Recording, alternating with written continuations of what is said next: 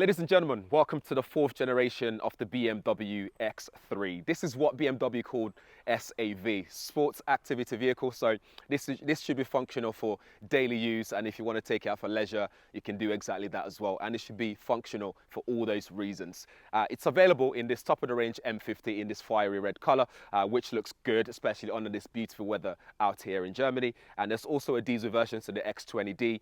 There's a standard X20 as well, and there's also a plug-in hybrid version, the X30E, which will give you around up to 56 miles on the WLTP. That's what's been quoted. And this has a 48-volt hybrid technology as well, which we'll talk about when we hit the road and see what it drives like in a bit. For now, we're going to talk about the design, take a look at the inside, especially with all the technology inside as well, and how practical it actually is for day-to-day use, especially if you're going to be towing people around in this car or logging around people in the car. But yeah, before we get into it, if this is your first time around here, please do subscribe, smash the bell notification as well, and yeah, let's get on with it. Right, starting with the front of the car, let's talk about this kidney grille that we've got here. So we've got big twin kidney grills here. So this also illuminates as well, depending on which pack you go for. So you can get the M Sport pack, and there's also M Sports Pro, which gives you some of the styling that we're going to see all around this particular version, the M50. We've got the BMW logo there. It's very monolithic in terms of the design. So you see that the bonnet here, for example, doesn't have much creases going on around. In fact, we've only got this crease here and the one on top of the headlights on the front. And then we look at the bottom front splitter here. It kind of drops really low to give you that sort of illusion that this is lower than it actually probably is. And we've got this nice black contrasting area, which I really like. The fact that this illuminates as well just gives you a better stance on the road, especially when people see this in the head mirror at night time. And then we look at the headlights. We've got this signature L-shaped headlights there with your daylight running lights and indicator and stuff. You can also opt to get the matrix LED lights, so adaptive headlights for this as well. Or by standard, you just get your standard LED lights, which is still pretty bright. But if you can opt to upgrade or add that option, then I would definitely go for that one. But I think overall the front looks really good. It's got a nice stance to it as well. And I'm about 5'11", so you can sort of judge how high that is. It's about my waist height in terms of this area. And then we'll move further down to the side of the car, and before we do that, we do get your side air curtains on either sides of the car as well, to help with the way that the air is directed around the tires here.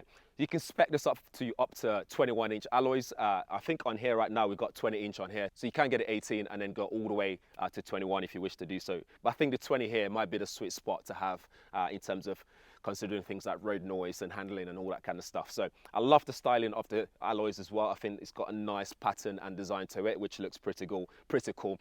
And then because we've got the M Sports pack on this one, I think it might actually be the Pro.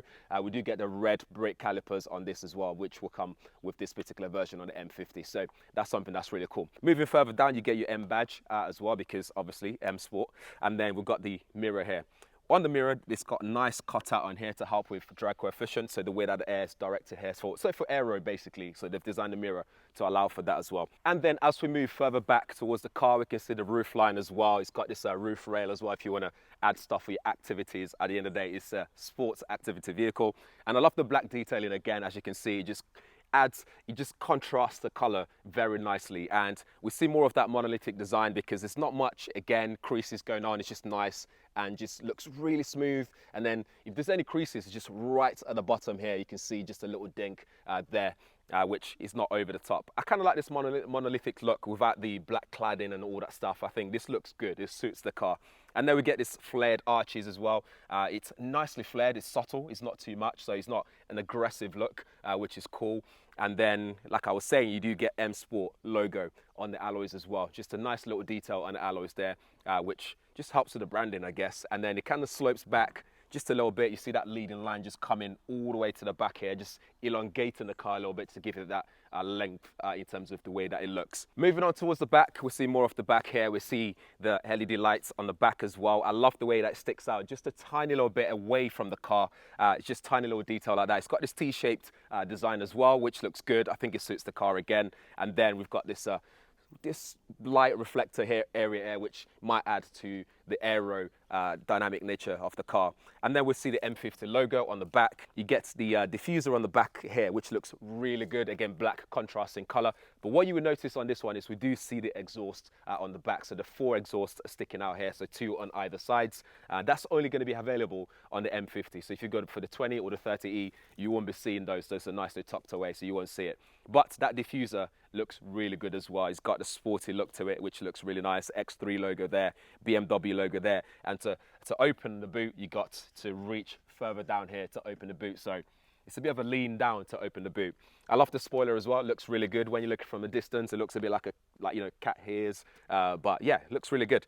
In the boot, we get plenty of space as well. So if I just open this up, we get around 560 litres of boot space in here, which is nice and big aperture as well to get into the boot. And you can also fold down the seats as well to get extra space in there if you want to store more stuff or you need to move stuff, but you don't need to carry people at the same time. So you can do that. But it's just very convenient. And also you can lift this up to store like a net and stuff like that. It's not that deep in there, so it's barely useful, but you can store something in there if you really need to. But the boot size will also depend on which you go for as well. I believe the diesel might be slightly smaller, don't quote me on that, but that's the space that you get in this particular version here. So yeah, very practical. I think overall the car looks really good as well. It looks very sharp, nice stance to it as well. I love this colorway, this particular fire red color. It's also available in white, I think, and another color as well, but this one might be the one that most people will go for. But yeah, let's have a look at it inside. Starting with the back seat, there's loads of space here. It's very comfortable actually. I love the sitting position. The knees aren't too raised, it's not too low, it's just spot on. Plenty of space to store your feet as well, so long journeys won't be a problem in this back seat at all. And the door opens really nice and wide as well, in case you need to put a car seat in here or you need to load the back seat or anything like that. So it's nice and easy in that area. It's got Harman Kardon sound system in the car, so you're used to the speaker grille at the back here. And for charging, you have 2 USB-C ports here. There's also a mini LED display here to control things like your climate control for the people at the back, and plenty of knee room as well, as you can see here. I mean, this knee rooms for days here, so that's not a problem at all. There's also a little opening here, which is like a little socket, which means you can hook up like a phone holder or something like that, so an accessory. So if you were to be going a long journey, you might want to be able to entertain the people sitting at the back, watch a movie. If there's a kid at the back in their car seat or something, you might want to put something there that keeps them entertained whilst you're driving. There's also plenty of headroom as well. It's plenty here. I'm 5'11", and it just works really well. This panoramic sunroof that goes from the front stretches all the way to the back, adding extra sense of space in the back seat as well. There's your transmission tunnel, unfortunately here. Obviously it's ICE car here, so with that it means it's raised in the middle. So if someone's going to sit there, they're going to have to sit with their knees kind of raised a little bit higher compared to everyone else in the car. And they might also end up blocking the mirror as well for mirror stuff for the driver, but that's besides just a minor point there. You got your armrest as well, your elbow rest, but what they've done here though that I don't like, that I've mentioned before, is the bottle holders are also placed in the same area, so it's not tucked away or anything like that. So you might end up finding your elbow just sinking into that bottle holder when you've got it up. Otherwise you have to sit your elbow far back just to be as comfortable as possible. There's no reclining for the seats or anything like that, so you can't move it forwards or backwards or anything, unfortunately, in this, but also not very BMW. If you want something like that, you go for like the i7 or whatever, where you can recline and do all sorts in the car for comfortability. But pretty much that's it here, and I think it looks good. I love the seat material as well. This sort of like leather sort of style of material looks really good. Speaking of seat as well, you can change the material to more recycled material. It looks completely different to this, but I think me personally, I'd probably go for this one. It looks a bit more premium in my opinion. But that's pretty much it. Very comfortable, really nice, and spacious as well. So very roomy at the back. Over in the front cabin, it's very comfortable, very premium as well. We get this new curved display. So you have a mixture of 12.5 inch and 14.9 inch there as well. Within reach of the driver, so it's very easily reachable here without having to lean over too much, which is good. Spec on this, we have head-up display, which is, I think, one of the largest, or if not the largest, in any BMW, because it's nice and big. You see all the information that you need to see as well. Very visible, even in broad daylight. Very bright sunlight day like this, so that's not a problem at all in terms of visibility. We get the boost paddle shift as well on behind the steering, flat bottom rim here as well, M badge on there. And then over in this area is where we get some of the controls. So we get the iDrive control located here. They haven't removed it in this one compared to the 1 Series, which which we've also reviewed, so do check that out on the channel. Media controls there, quick button selection, so like media, telephone, navigation, home button. So whilst you're driving, if you quickly need to access anything, you don't also have to use that touch screen. You can just go here, scroll across, toggle left, right, whatever. Sorry, you can't toggle on this one. That used to be a thing. But this rotary dial can allow you to control things, media control, gear shifters there as well. We have a wireless charging area here, just one, which is kind of strange. I wish they put two there because there's space enough for two devices. You get two USB-C ports and also your bottle holders there, and M logo again there. And then underneath here, we get space to store more things. It's got your 12-volt socket in there as well if you need that.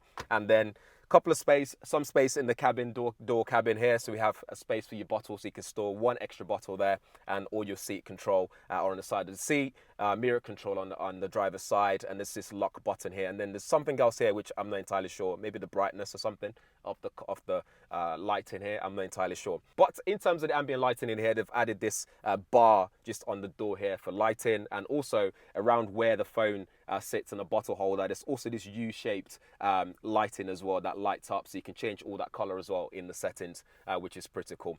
And that's pretty much it in terms of what it looks like, what it feels like. The seats are comfortable as well. It's got a nice side bolster to it to keep it into place when you're cornering and driving around town and stuff like that. It's a mixture of leather again and some sort of Alcantara material, nice and soft, nice and plush as well. So here we are. So this is running the latest operating system for BMW iDrive system.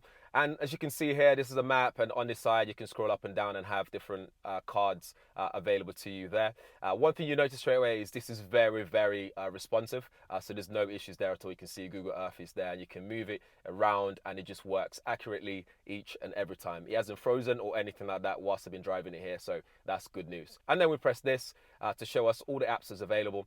And in true BMW fashion, what you would get is you get everything underneath all. So it gives you everything that's available, including gaming, air console gaming is there as well. You got your BMW ID stuff. It supports Android Auto and Apple CarPlay wirelessly if you want to use those. You can also search as well. There's a little search button there. And then we can go underneath infotainment to check all infotainment settings. So they've divided it into areas to make it easy to find things. So you don't have to dig deep to find things. Spotify is already installed, so you don't have to use it through your smartphone. So if you want someone else to control the music in the car without having to tamper with your device, you can do that. You got interior cameras available as well. And then if you go into vehicle settings, we have more options available, things like driver settings and exterior lighting, interior lighting settings. So for example, interior lighting allows you to change the brightness. We look at the ambient lighting system, so you can change the colors and the accent and the brightness, all that kind of stuff, and even lighting effect as well. And if we go back to the application, so vehicle again, and then we can look at stuff like My Modes. So My Mode is where it gets exciting for the driver, because you can have your personal one, you can have sport mode, efficient, and then you got this extra ones like digital art, silence, and so on and so forth.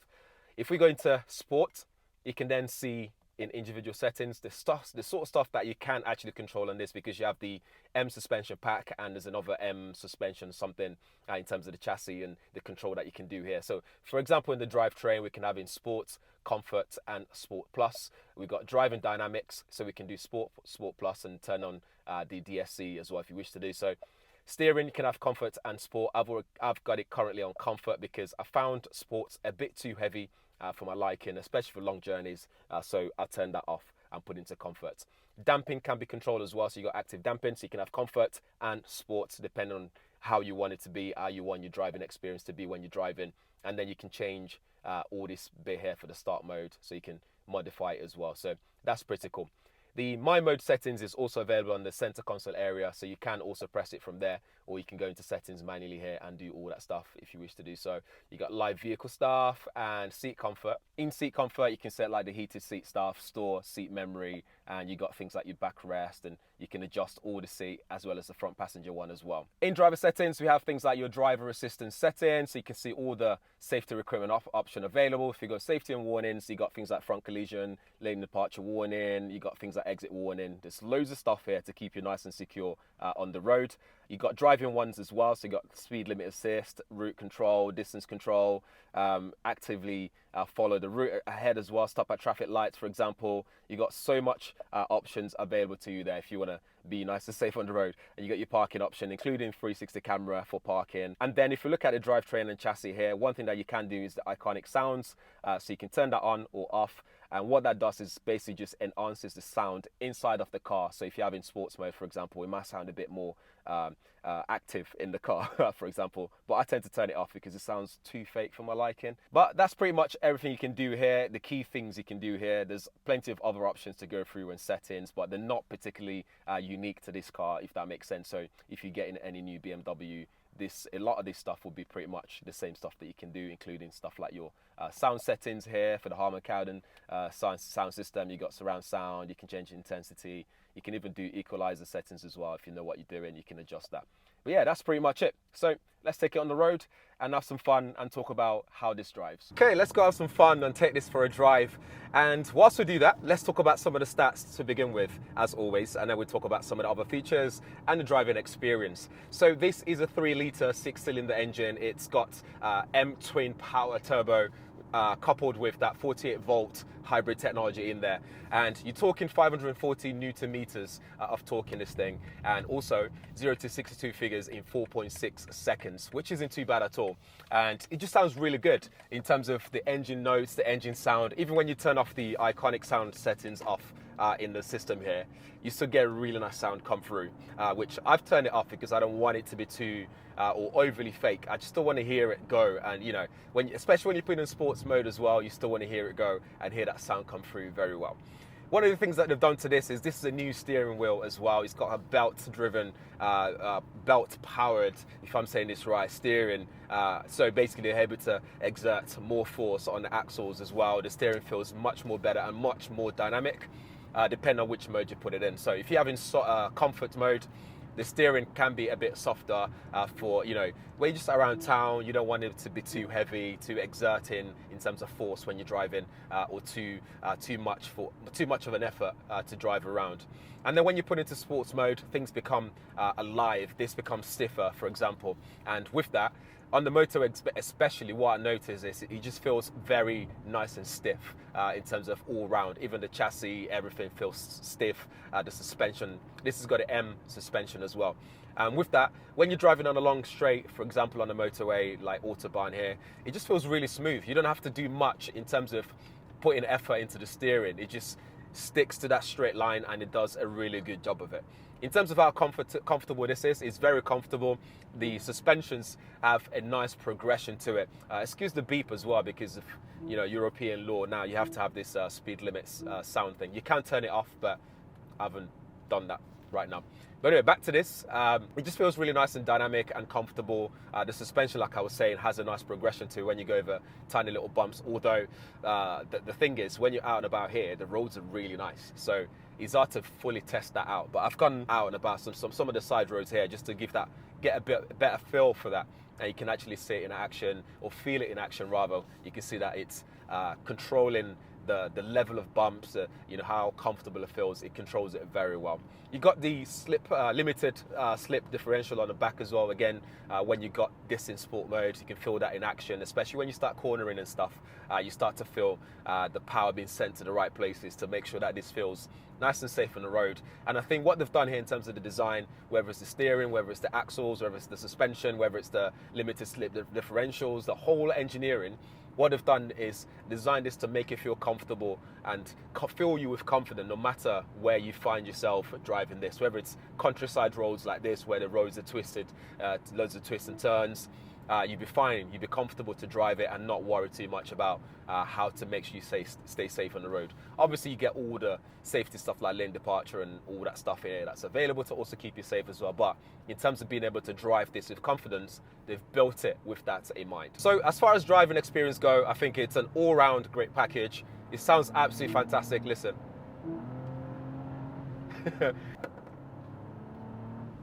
It just sounds really good. It makes you just want to put your foot down all the time, and put this into sports mode and just experience the feel, the thrill of what this offers. So yeah, all round, really good package. If I have anything negative to say about this is, even in sports mode, I've had to dial down the steering for me, just because if I have it full in sports mode, what I find is the car just want to drive straight all the time, in terms of the steering feels very stiff and just wants to point straight. So as you're cornering and stuff like that, the steering feels a bit more, feels heavier. There's lots of this like on the steering situation going on, which I was like, you know what, let me just put this in comfort to see if that feels any different. And it just feels slightly ever so different. And that's the only thing that I'd say on the negative side. But besides that though, I think all round, really good package, as I've said already here. And all around, the design is good. It's practical as well, plenty of space in here, plenty of room, loads of tech available as well. So bravo to BMW for creating something like this, is because I think the G01, it was their top selling car. It's top selling X3 that they've had in a long time. They sold a lot of it, so it's very successful. Which means they can't spoil it, they can't ruin it for people. So I think anyone who owns the previous generation who opts for this upgrade, especially the M50, they're gonna really enjoy the drive. It's so much fun to drive. And yeah, if you have any questions, guys, let me know in the comments below. And this is just my first impressions, first driving impressions. So if you have any questions, drop them there. And if it's your first time around here, please do subscribe as well. Make sure you share it, give it a thumbs up, and I shall see you guys in the next one. Thanks for watching.